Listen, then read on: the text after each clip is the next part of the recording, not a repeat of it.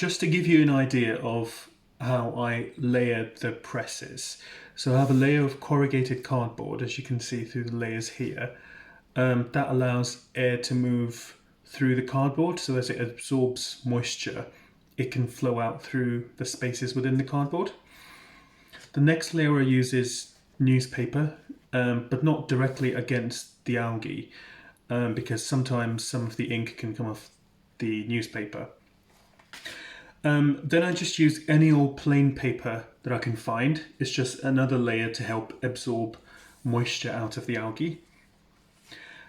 And then the next layer I have is blotting paper or watercolor paper. Any sort of quite absorbent paper will do. That should be almost directly against the surface of the algae, because that's going to do most of the heavy lifting of removing the moisture.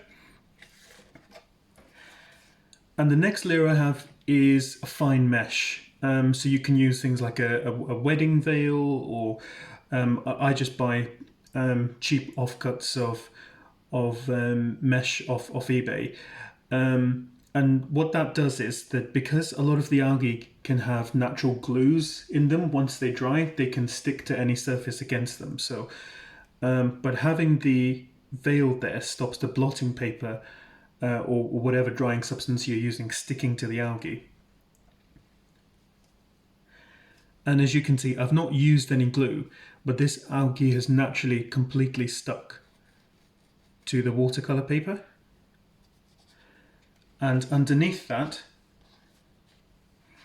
I will have a complete opposite of the layer that I've already made. So there will be paper and more blotting paper, another layer of newspaper, and more cardboard.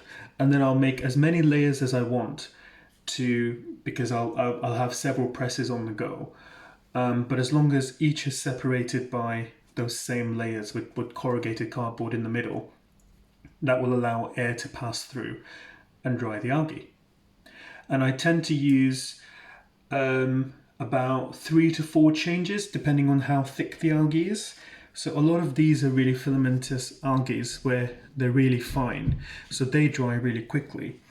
But you'll find on cases like these where there is a lot of 3D texture, and when that presses down, that can take longer to dry. So I just keep an eye out on each individual press to see how long it will take. And then what I will do is, once they're almost completely dry, I will then leave them in the final press for about 2 weeks for them to completely dry. After that, they're ready for use.